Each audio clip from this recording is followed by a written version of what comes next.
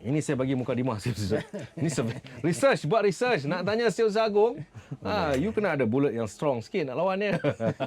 Boleh. Tanya.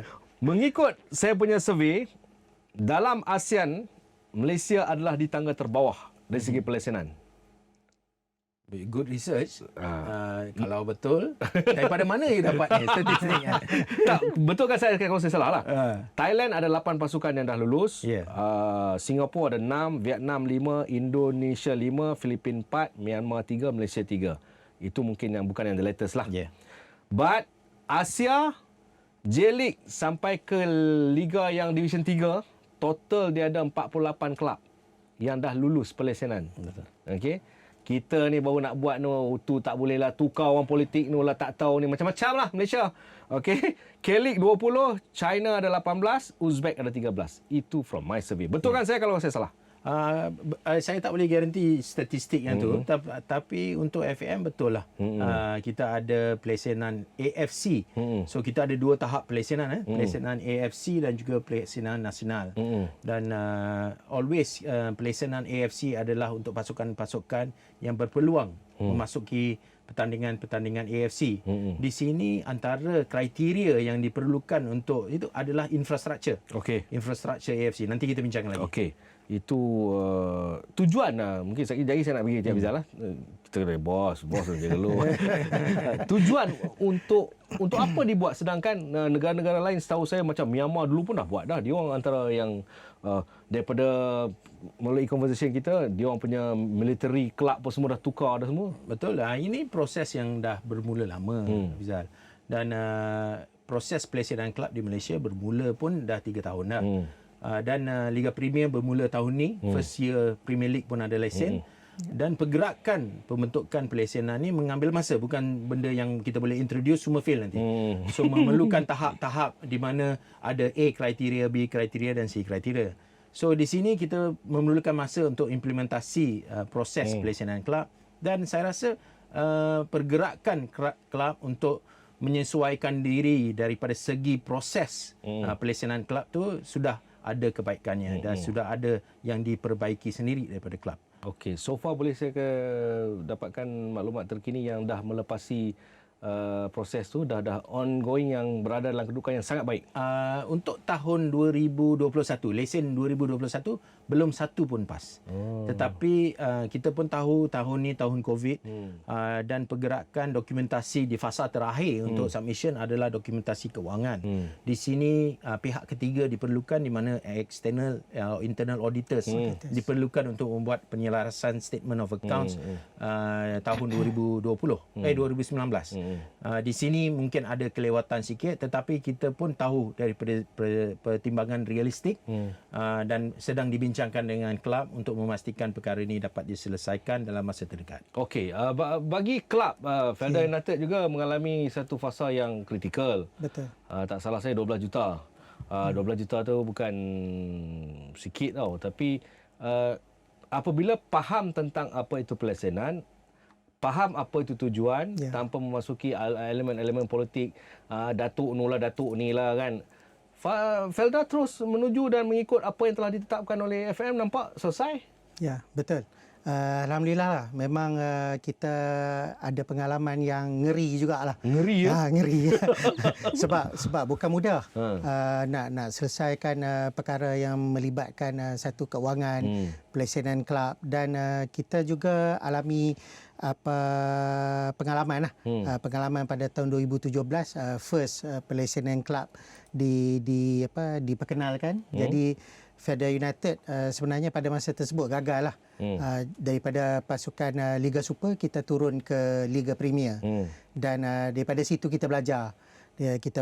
Kita sentiasa berhubung dengan pihak FAM, dan apa yang kita tak tahu memang pergilah ke FAM tu tebal untuk tebal muka lah. Tapi saya rasa bukan nak kata tebal muka tu, sebenarnya bukanlah. Saya rasa semua orang kena belajar daripada apa yang kita alami itu. Dan alhamdulillah kita go step by step dan kita layak ke super balik. Dan daripada situ kita kita bermula dengan kita dapatkan lesen FAM dulu sebelum kita pergi AFC.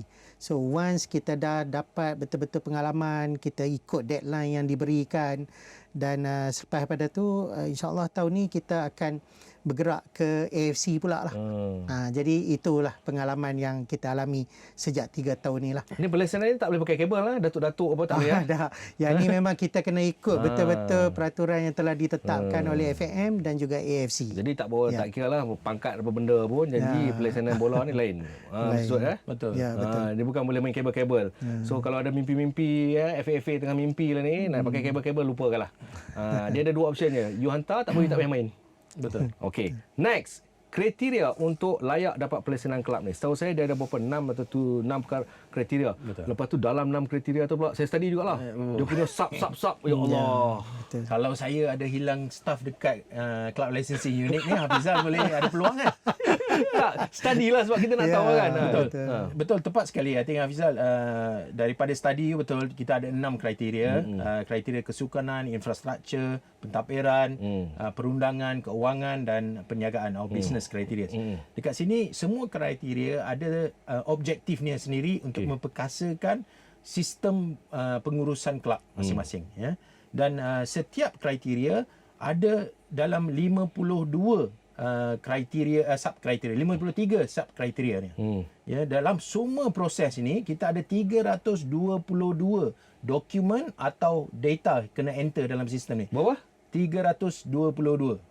So memang proses dia agak panjang. Tetapi 6 kriteria ni telah dipisahkan daripada submissions bermula daripada bulan 3 sehingga ke bulan 7. Dan kriteria terakhirnya adalah kriteria keuangan. Memerlukan audited accounts yang perlu dihantar kepada FAM. Okey. Saya ambil sedikit Cik Hafizal, kalau Cik Hafizal boleh sentuh. 6 kriteria ni nampak macam mudah, tetapi pandai juga FAM ni dengan AFC. Dia tak kewangan hujung sekali. Ya, betul. Champion macam mana pun kewangan. Okay? Ya, betul. Tetapi Felda ni dah bersiap sedia ke arah tu. Umpamanya kalau tak salah saya dari segi infrastruktur, stadium dia macam mana, Yep.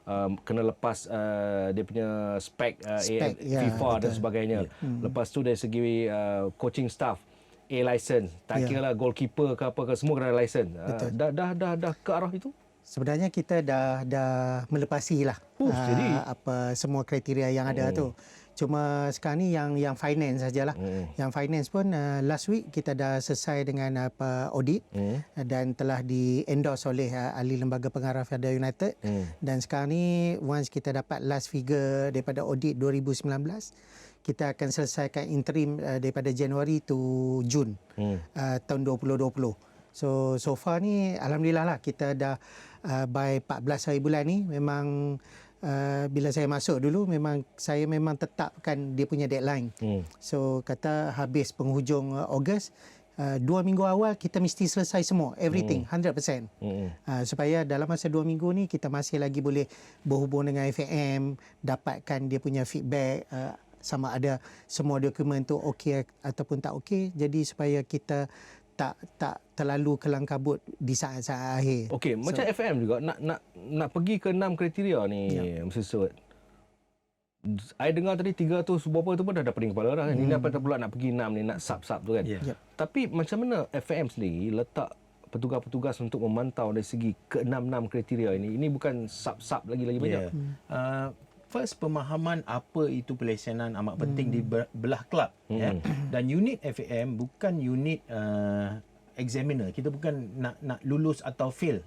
Tetapi Department FAM bekerja untuk membantu kelab dalam proses ini. Bukan nak meluluskan atau tidak luluskan lesen. Itu tanggungjawab daripada FIB sendiri, iaitu badan bebas luar daripada FAM. So dalam struktur bola sepak Malaysia, kita tengok pun ada kekangan di belah pasukan. Di Felda ni mungkin lain sikit sebab stadium tu dia punya.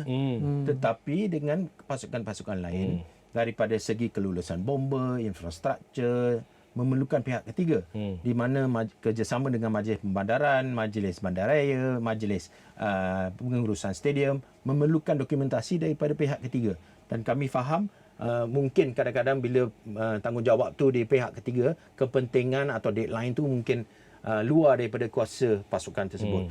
So bila adanya mungkin isu-isu berbangkit dengan pihak ketiga, kami daripada FAM faham. Dan daripada unit saya sendiri adalah untuk membantu proses ini. Untuk FAM sendiri turun ke Padang, mungkin daripada pos-pos Hafizal dah study banyak, boleh tengok kerja unit club licensing ni memang weekly akan bergerak ke club untuk memastikan kami membantu. So sampai masa deadline tu FAM dah buat sebanyak yang mungkin sampai ke deadline. Selepas itu luar tangan FAM dah. Di dalam badan FIB ni yang jawatan kuasa bebas yang diorang akan buat keputusan, tetapi sehingga deadline FAM akan bantu.